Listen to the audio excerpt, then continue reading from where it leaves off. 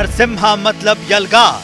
ये तलवार की धार पे चलने की बात है और उसी प्रकार हम चल रहे हैं और चलना चाहते हैं। नरसिम्हा मतलब राष्ट्रधर।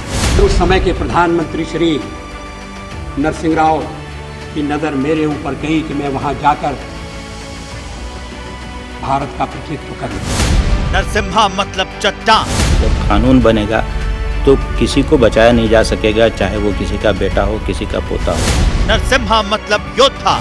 ऐसा लगता था कि पानी सिर से ऊंचा उठ रहा है, देर के लिए कोई गुंजाइश नहीं है और पशुपेश करना तो आत्महत्या सदृश होगा।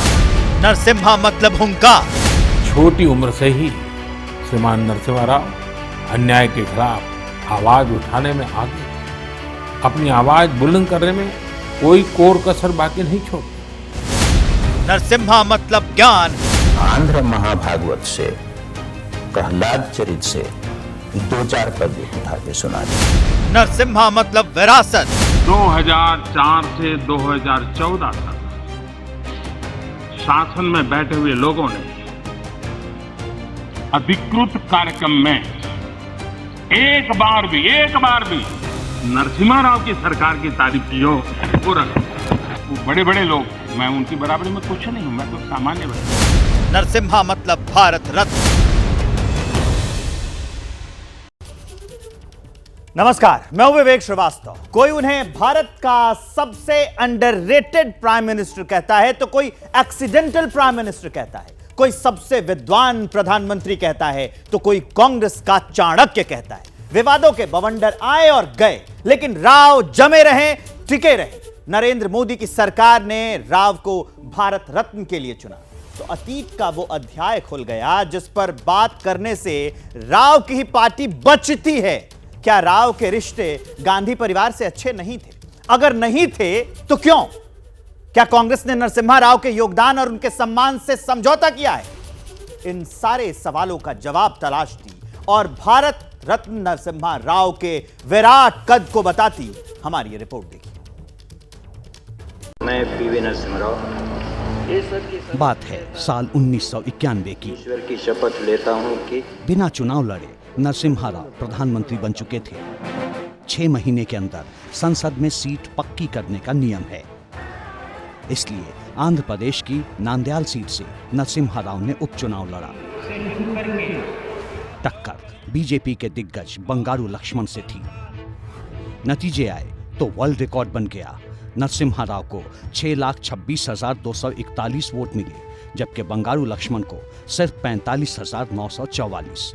राव ने ये चुनाव 5,80,297 वोटों से जीता। ये उस वक्त किसी भी लोकतांत्रिक देश में जीत का सबसे बड़ा मार्जिन था। प्रचंड बहुमत के साथ नरसिम्हा राव संसद पहुंच गए, लेकिन प्रधानमंत्री का पद नरसिम्हा राव को सिर्फ संयोग से मिला था। अगर राजीव गांधी की हत्या न हुई होती तो नरसिम्हा राव कभी प्रधानमंत्री न बन पाते। Mister speaker sir, Narasimha Rao ने जिस तरह अल्पमत की सरकार चलाई, जिस तरह विवादों के भंवर से खुद को निकाला और पार्टी को संभाला, उसकी वजह से उन्हें कांग्रेस का चाणक्य कहा जाने लगा। 1994 में प्रधानमंत्री रहते हुए नरसिम्हा राव ने विपक्ष के सबसे बड़े नेता अटल बिहारी वाजपेयी पर भरोसा करके पार्टी और पाकिस्तान दोनों को चौंका दिया था। आगे की कहानी आप खुद अटल बिहारी वाजपेयी से सुनिए। जब जेनेवा में मानवाधिकारों के सम्मेलन में कश्मीर के सवाल को हमारे पड़ोसी ने उठाने का फैसला किया तो फिर उस समय के प्रधानमंत्री श्री नरसिंह राव की नजर मेरे ऊपर गई कि मैं वहां जाकर भारत का प्रतिनिधित्व करूं। हमारे पड़ोसी देश के लोगों को बड़ा आश्चर्य हुआ, वहां के नेताओं को बड़ा ताज्जुब हुआ। किसी नेता ने कहा भी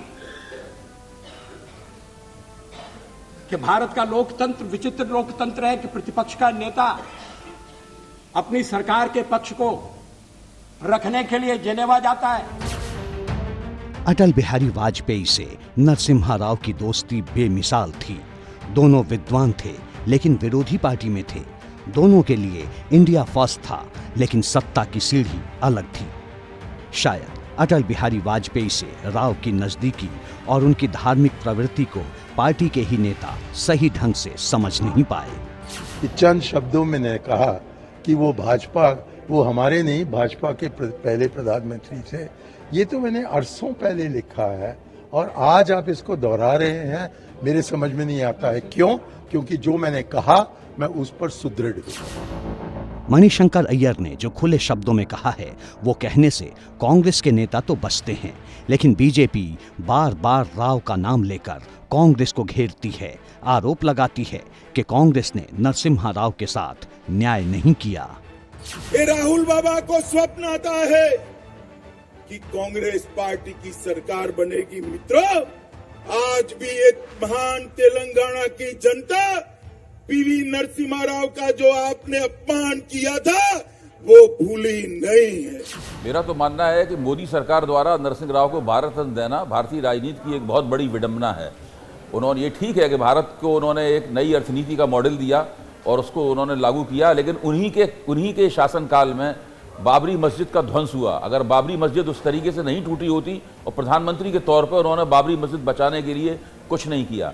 दूसरी बात यह है कि उनके ऊपर भ्रष्टाचार के आरोप लगे। अपनी सरकार बचाने के लिए उन्होंने जो किया, जिस तरह से रिश्वतें वगैरह दी गई और सुप्रीम कोर्ट में उनके खिलाफ एक आरोप साबित भी हुआ है, तो नरसिंह राव का जो पूरा प्रधानमंत्री के तौर पर कार्यकाल था वो बेदाग नहीं था। और एक ऐसे व्यक्ति को जिसके ऊपर भ्रष्टाचार के आरोप लगे हों, प्रधानमंत्री ऐसे बड़े पद पर रहते हुए, और जिसके कार्यकाल में बाबरी मस्जिद गिराई गई हो, मैं नहीं समझता कि वो भारत रत्न जैसी बड़ी उपाधि का हकदार था। वो व्यक्ति जिसको नरसिम्हा राव ने वित्त मंत्री बनाया, मनमोहन सिंह प्रधानमंत्री रहे, वो प्रधानमंत्री रहे, लेकिन अपने गुरु को, उस व्यक्ति को जो उन्हें राजनीति में लाया, उसको वो एक तरीके से ये भारत रत्न नहीं दिलवा पाए। उसकी संभावना बिल्कुल नहीं थी। ये अगर आप समझें कि किस तरह के रिश्ते रहे, कांग्रेस अगर में वही चल पाता है जिसके रिश्ते गांधी परिवार से सही हो, वही हाई कमान है। अगर हाई कमान से आपकी अनबन है तो आपको किसी तरह का कोई अवार्ड नहीं मिलेगा, कोई प्रोत्साहन नहीं मिलेगा, आपको एक तरीके से डॉग हाउस में रखा जाएगा। यही हमने देखा नरसिम्हा राव के साथ। तो क्या वाकई कांग्रेस पार्टी ने अपनी धरोहर देश के नरसिम्हा को भुला दिया? क्या कांग्रेस ने राव की उपेक्षा की? ये सवाल राहुल गांधी की भारत जोड़ो यात्रा के दौरान भी उठे थे। भारत जोड़ो यात्रा के दौरान राहुल गांधी ने कई स्मारकों का दौरा किया था। वो जवाहरलाल नेहरू, इंदिरा गांधी, राजीव गांधी और यहाँ तक कि अटल बिहारी वाजपेयी के समाधि स्थल पर गए थे, उन्हें श्रद्धांजलि दी। लेकिन हैदराबाद में यात्रा के दौरान वो पीवी नरसिम्हा राव के समाधि स्थल पर नहीं गए। नरेंद्र मोदी भी मानते हैं कि कांग्रेस ने नरसिम्हा राव के योगदान को सम्मान नहीं दिया। 2004 से 2014 तक शासन में बैठे हुए लोगों ने अधिकृत कार्यक्रम में एक बार भी अटल जी की सरकार की तारीफ की हो, उनके अच्छे कामों का उल्लेख किया हो, तो जरूर इस पटल पर रखें। इतना ही नहीं, अटल जी छोड़ो, नरसिम्हा राव की सरकार की तारीफ की हो, वो रखें। 1991 में न्यू इंडिया की नींव रखने का श्रेय नरसिम्हा राव और उनकी सरकार में वित्त मंत्री मनमोहन सिंह को जाता है।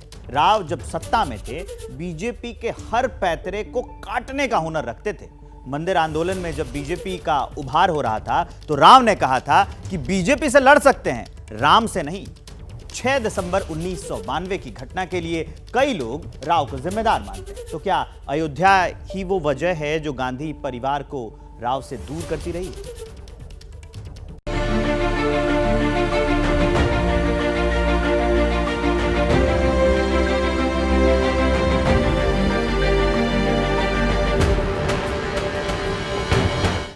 जितना लंबा राजनीतिक करियर, उतने ही विवाद भी नरसिम्हा राव के साथ जुड़े।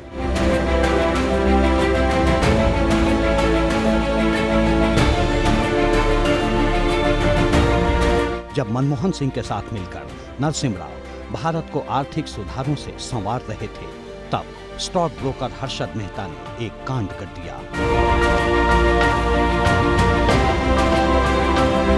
1992 में शेयर बाजार में घोटाले से देश में हड़कंप मच गया। उस समय ये घोटाला करीब 4000 करोड़ रुपए का था। वर्तमान से इसकी तुलना करें तो यूं समझिए कि ये घोटाला करीब 50,000 करोड़ रुपए का था।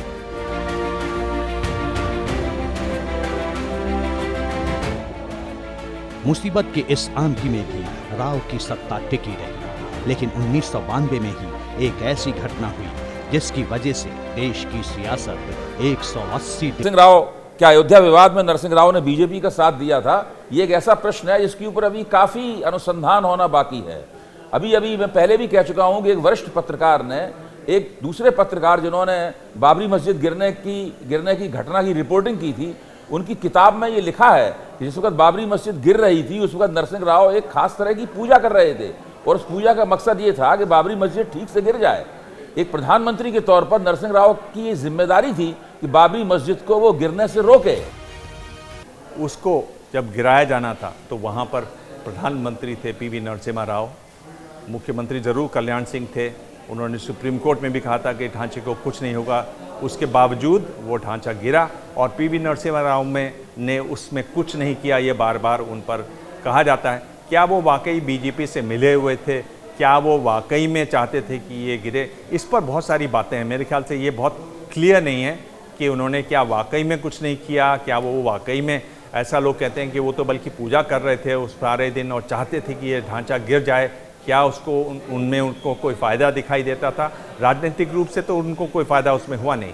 फ़ायदा हुआ तो उसमें बीजेपी को ही हुआ कि वो ढांचा वहाँ से गिरा दिया गया। नरसिम्हा राव के अलावा कल 2 और विभूतियों को भारत रत्न देने का ऐलान हुआ। एक हैं किसानों के मसीहा कहे जाने वाले चौधरी चरण सिंह, तो दूसरे भारत में हरित क्रांति के जनक कहे जाने वाले MS स्वामीनाथन। इनके योगदान पर जितनी चर्चा हो रही है उससे ज्यादा सम्मान पर सियासत देखने को मिल रही है। तो क्या वाकई कर्पूरी ठाकुर से लेकर लाल कृष्ण आडवाणी और नरसिम्हा राव से लेकर चौधरी चरण सिंह और स्वामीनाथन तक इस सम्मान का कोई सियासी कनेक्शन है?